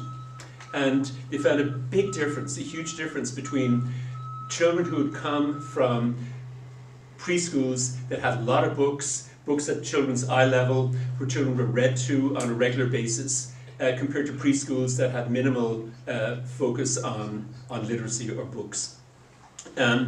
So when we look at some of the examples of what they found, at age 10, for children from low-income homes, there was a difference of 18 percentage points in reading comprehension between those who attended the least and most print-saturated early childhood environments. And then at age 14, pupils who had attended a non-print focused early childhood environment scored 12 to 15 percentage points lower than the 3 other quartile groups who had experienced greater print saturation at early childhood education. So again, when we're looking at the opportunity that we have, where newcomer parents are in an institution like this learning English, and their children are in a preschool environment, we need to ask ourselves, okay, what kinds of approaches are going to have the biggest payoff in terms of preparing children for school. And obviously, learning English is a big thing that happens in these preschool environments, and that's obviously totally legitimate. But also, we can do a huge amount in preparing children for literacy acquisition, so that when they come into kindergarten, grade 1, they're primed to read, rather than just having no experience of books. There's some questions or issues here that we could ask ourselves as a whole school community in terms of what are our approaches to literacy. I'm not going to go into all of them, but I'll just highlight the first one.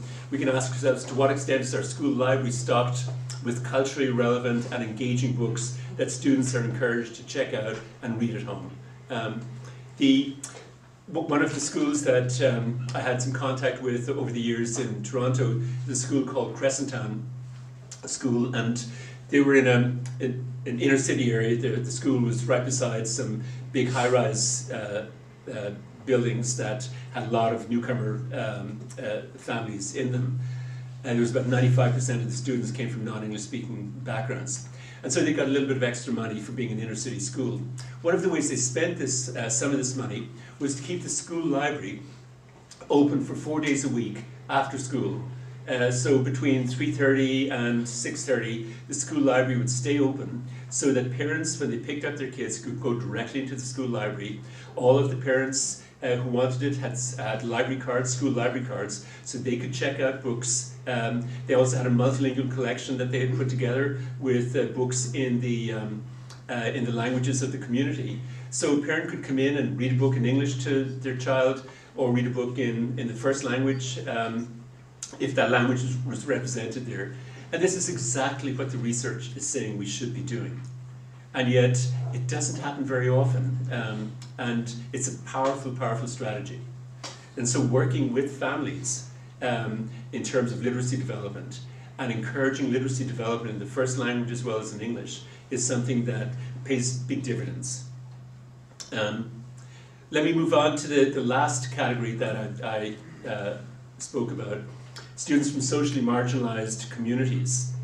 There's a key insight. Well, first of all, one of the things that's happening here is a broader pattern of identity devaluation in the wider community. Again, if we think of Indigenous communities across Canada, we can see how that happens in very sad and unfortunate ways. But there's a phenomenon called stereotype threat that an American psychologist, an African-American psychologist called Claude Steele identified in the 1990s. And he was an experimental social psychologist. And one of the things he did was to look at how stereotypes operating in the wider society affected task performance. And he worked with primarily university students. He demonstrated this in all kinds of ways. One way, just as an example of how gender stereotypes can affect performance, was he had groups of university students do math problems. And with one of the groups, he told them that the reason we're doing this experiment is we want to see the effect of gender on math performance, because we know there's a lot of research out there that women don't do as well in math as compared to men. And so we want to see how this works. So he kind of communicated that stereotype to the people who were women doing this experiment, and compared to baseline what they had done before, their performance dropped significantly when they were given the stereotype. With another group who were Asian women, he communicated the positive stereotype. Well, we're exploring why there's a difference, a consistent difference between Asians and European background people in terms of their ability at math. When we look at all these test scores, Asian students seem to do really, really well, and they seem to excel somehow in math. Okay, they fed this positive stereotype, boom, performance increased. And so he demonstrated this in all kinds of ways. And it's very easy to extrapolate from that to see how stereotypes, for example, in relation to Indigenous students that are shared widely amongst the community, reflect themselves in school, reflect themselves in terms of patterns of low teacher expectations, and then you get a downward spiral operating from that. And Gloria Ladson-Billings, who's a very eminent African-American researcher in the United States, I think put her finger on it very clearly with respect to that community. She said, the problem that African-American students face is the constant devaluation of their culture, both in school and in the larger society. And so if that is the opportunity gap, if that's operating as a causal factor, what does that imply in terms of what we need to do in school? Well, we need to counteract identity devaluation by focusing on enabling students to do things that will validate and affirm their identities. That means connecting instruction to students' lives, decolonizing curriculum and instruction by implementing linguistically and culturally sustaining instruction, affirming students' identities in relation to literacy development, and basically enabling students to use their languages, first and second languages, in powerful ways. And by powerful, I mean identity-affirming ways. So if you think back to the story, Tomer's story, this was doing all of those things. It was affirming his identity, it was validating his knowledge of Hebrew as a cognitive and linguistic resource. It was telling him that even though he can't do very much to show his competence in English at this point because he's a beginning learner, that doesn't mean he's any less intelligent, any less creative than any other students. And changing the rules of the game, taking off that invisible English-only zone sign that's in many classrooms and opening it up as a multilingual space, that changes behavior dramatically. And let me give you an example from a project that was carried out in a high school, a school within a school in the Hamilton region, south of Toronto. And this was a First Nations focused school. And one of the things that they did was they hired a community resource person, an Ojibwe artist called René Mishake, to work with the students on visual arts. He was a painter himself, and then other creative work associated with what students were doing artistically. So some of the students reacted or wrote commentary on other students' artwork. They wrote poetry, they wrote prose, they reacted to it. So you had this communication surrounding Indigenous based themes. We were able to interview a number of the students about their reactions to this, the students' artwork was displayed in 3 art exhibitions in Southern Ontario. At the University of Wilfrid Laurier University had their work displayed for several weeks. Hamilton Art Gallery displayed their work, and one other place. So it got a lot of public attention. But here's what Cassandra, one of the students, said in terms of how this impacted her sense of self. She said, take away identity, and what do you have? If you have a student that doesn't know who they are, do you think they care about what goes on in the classroom? And she herself documented what it meant for her, where she said, this experience gave me a gift of poetry. I started to develop a passion for poetry during this project. I didn't know I had this passion. Since this project, I've written and shared many pieces of poetry. This was she was a co-author with the leader of this project, Christina Montero, and myself, and 2 of the students, she and one of the other students, we wrote an article based on this. But she goes on to say, participating in this project was like hearing a collective voice telling me, we're proud of you, we care about you, you have a future. Being able to express my thoughts about who I am as an Ojibwe woman made me feel like I belonged and was connected to a larger community. And so when we put identity at the core of what we're doing, a lot of other things will fall into place. And with newcomer students, forget about meeting curriculum expectations, whatever they may be, grade 5, 6, 7, 8. those are guidelines. We want to aim towards them, but we've got to build on what students are bringing into the classroom.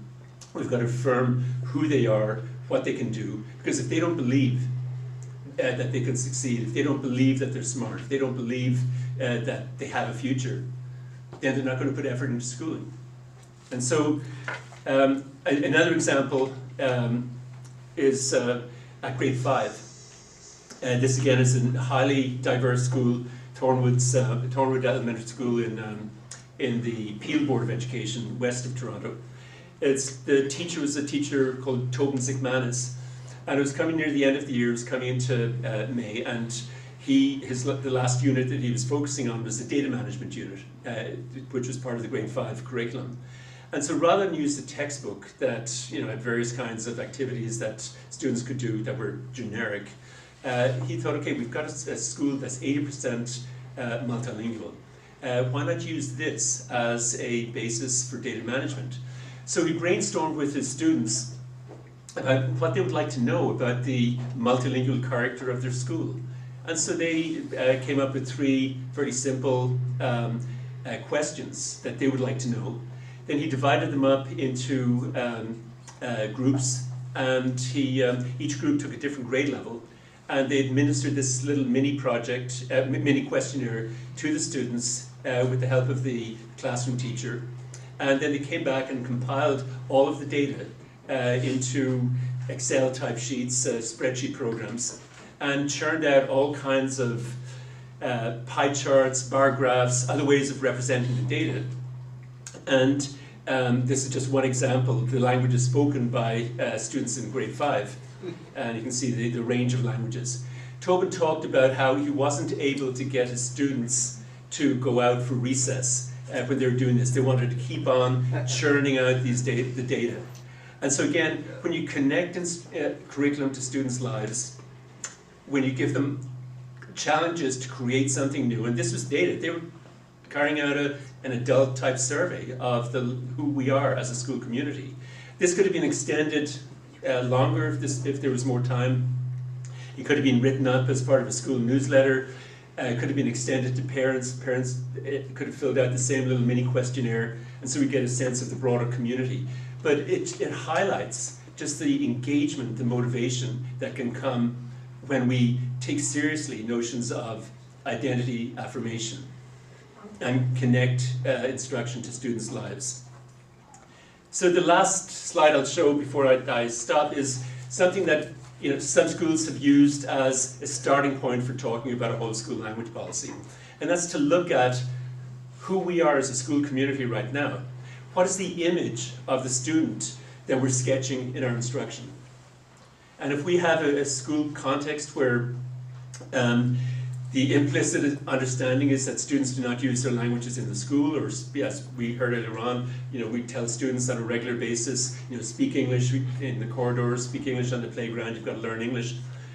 Okay, we're communicating the message that school is a English-only zone, students' languages are not welcome, students' cultures are probably not being picked up on, we're not necessarily connecting instruction to students' lives. Our intentions may be good, but they're not necessarily aligned with research data. And they're communicating an image of the student, both to the student and his or her parents, that in order to succeed, you've got to give up your home language, your home culture. It doesn't have a place here. So we can ask ourselves, what image of the student are we sketching? Is the image of the student one where the student is getting the message that she or he is capable of becoming bilingual and biliterate, and that that's a good thing? If we walk around a school and see nothing on the wall, in the corridors or in classrooms in languages other than English, then probably the student is not getting that message. Is the student getting the message that they're capable of higher order thinking and intellectual accomplishments? If the mindset in the school or among some teachers is that, well, students have to learn English first before they can do anything really creative or challenging. Okay, again, students are probably not going to get the message that they're capable of this kind of intellectual work.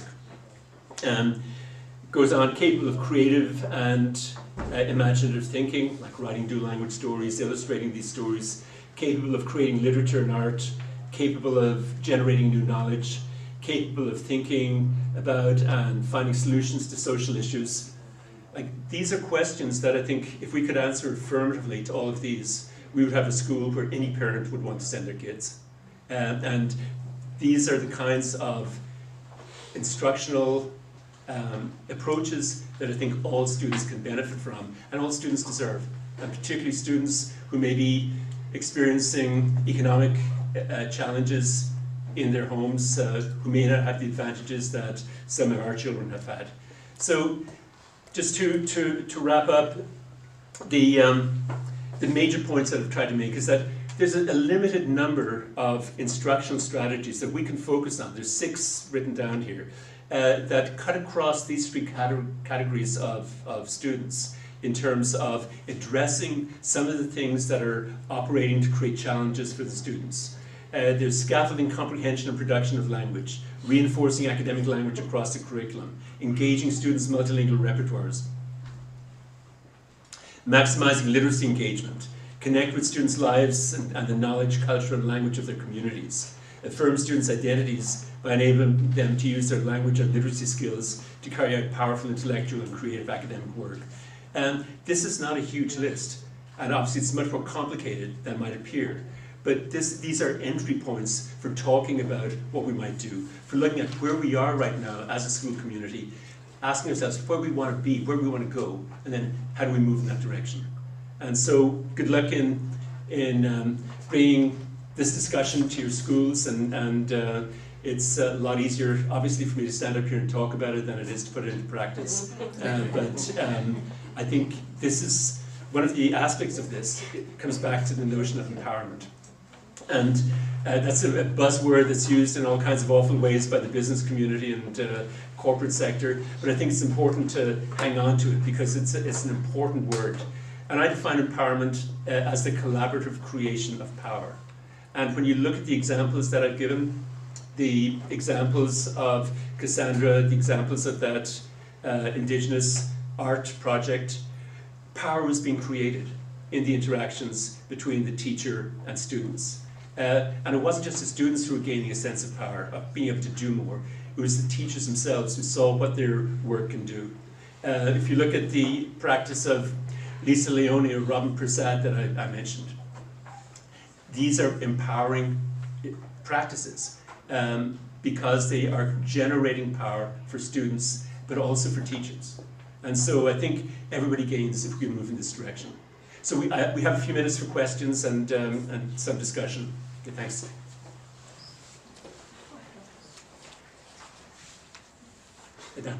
A comment and a question. So about 35 years ago, I was engaged as a graduate student at the University of Victoria, analyzing learning outcomes in the BC curriculum, which was going through a big change process at the time. And one of the things I discovered as I looked at every learning outcome in every subject level, at every grade level, was that we have this notion that language, or English as we call it, is a subject. But in fact it is not. It is a tool base. Yeah. And so I like the iceberg, you know, I live here now, but my favorite metaphor is that learners are meaning makers. And that's what you're talking about. Yeah. And they're weavers of meaning.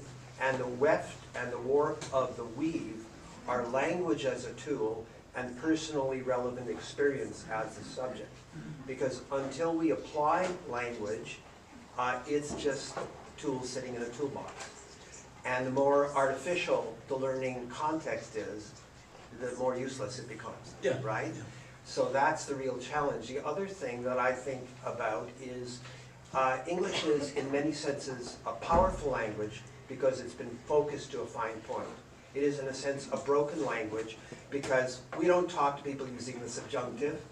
We have no gender. Speak for yourself, then. and our people look at us weird if we do, just as you said. And so we've lost a lot of the capacity in language to create context. Mm. So if we say that's a tree, it could be any tree in the world, and we've forgotten all the rich data about where it is, why it's there, and then we clear cut. Because it's just a tree, right? And we do that all the time in our language, in contrast to some other languages, particularly indigenous languages that have context built into their structure because they're not noun-based. Yeah. and we're going around slapping labels and everything. So I'm going to ask you to comment on the fact that we need to, we're the fish in the water. We don't see the water. The water is the language. To the extent that we need to kind of re-educate ourselves about the limitations of English in terms of expressing personal experience and context. Yeah, Does it's that make sense? Yeah. you know, that sounds like a fairly abstract idea, but if you take the example of Robin Prasad's class, where he had students comparing both languages, if you've got, let's say, an indigenous a group of indigenous students doing that same kind of exercise, they'll probably come to the kind of insights about language that you were talking about, where not all languages identify things as the objects out there that we interact with. It's much more of a process relationship to the environment, and that can lead to important discussions about how language works, how we can use it, you know, how our experience relates to the environment. So, you know, I think building on what some people have called the funds of knowledge that students are bringing into the classroom is an important aspect of what we do. And I think as students get curious about language, as they begin to notice things about language on a regular basis, then I think it can lead to these kinds of understandings about language, some of which are more abstract, such as the ones that you talked about, some of which are very concrete, noticing that a TION comes at the end of these abstract nouns, and I'm a Spanish speaker, and all of those abstract nouns are CION. So having as a strand going through the curriculum, a focus on language awareness is something that I think makes a huge amount of sense, and that can extend across the curriculum, and each subject area in the curriculum will have a different take on language, in a sense. So again, it may not be something that we want to put in there as something that you must teach, but it's part of the mindset that I think if teachers bring to the teaching of language and teaching of students, that will kind of come up naturally as the occasion provides opportunities. So yeah, like it's really important to develop these insights about language. Otherwise, language controls us and we don't control it. It's yeah. I just had a question. So if you had to pick between direct service for a child or direct service to staff, what would you pick? What about a happy medium, Sheldon? What about a happy medium? Oh no, you get one pick. I think I'm walking through a minefield here. I would say both, and I would say you can't really make that distinction, because some children, let's say children who are experiencing dyslexia, you know, major reading issues, they need specialized help, and you've got a range of tragic situations across the country where children who cannot learn to read in the regular classroom, where parents who have money are spending thousands of dollars to get remediation, parents who don't have money, kind of, the kids struggle on and get whatever help they can in schools. In that kind of situation, children need individual assistance. But in terms of where we want to go in the big picture, it's got to be a whole school reality, but we don't get to a whole school reality overnight. And so having resource people who will work with the school in a collaborative way, not coming in with solutions, because that's not the way it works, but kind of initiating a process within schools where the school leaders are very much involved in that process. If the school leaders are not part of the process, then okay, it's something that somebody else is imposing on us, but it's not really important. So working at a whole school level is really important in terms of helping to change the mindset or evolve the mindset in the schools, so that teaching language learners, teaching any student who may need additional help is everybody's responsibility. And it's not something that we can say, okay, you're the reading resource teacher, you deal with this problem, or you're the ESL teacher, you deal with this problem. Changing that mindset is crucial to helping all students.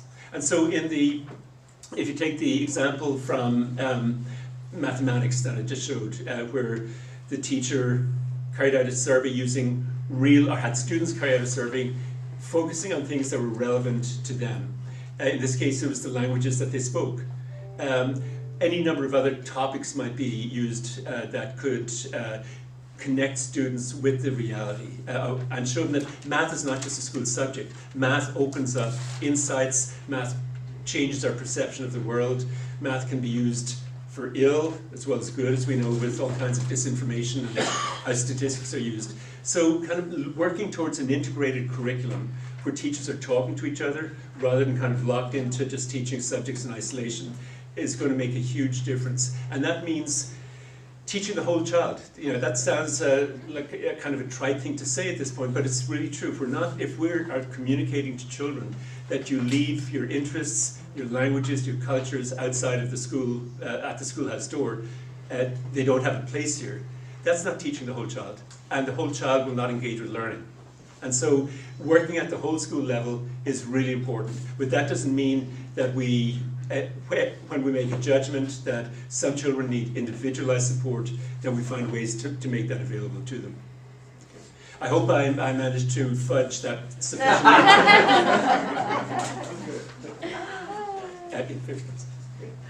Yeah, I have a question. A few years ago, I had some books, like the Three Little Pigs, the Three Bears and all that, and I had a friend who was quite good in Arabic, and we made some dual language books together.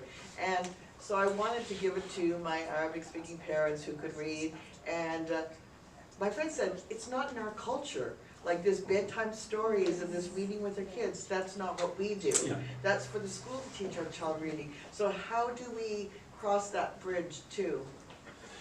Yeah, I think you dialogue, you talk with teachers or with parents, and it's not just reading that is important. It's connection, it's storytelling, it's shared that. And all of that is expanding students' knowledge, it's expanding their vocabulary, it's connecting language to their experience. And I think you can validate that oral communication of culture within the home. You can also highlight the fact that even though it may not be in the culture, it's something, if they want to help their children, then this is something that they might want to consider. Yeah, that's why I had a little pushback, that's not part of our culture to do that. So. Yeah. But cultures evolve. Yeah. You know? And home culture can be different than the culture you came from and things too.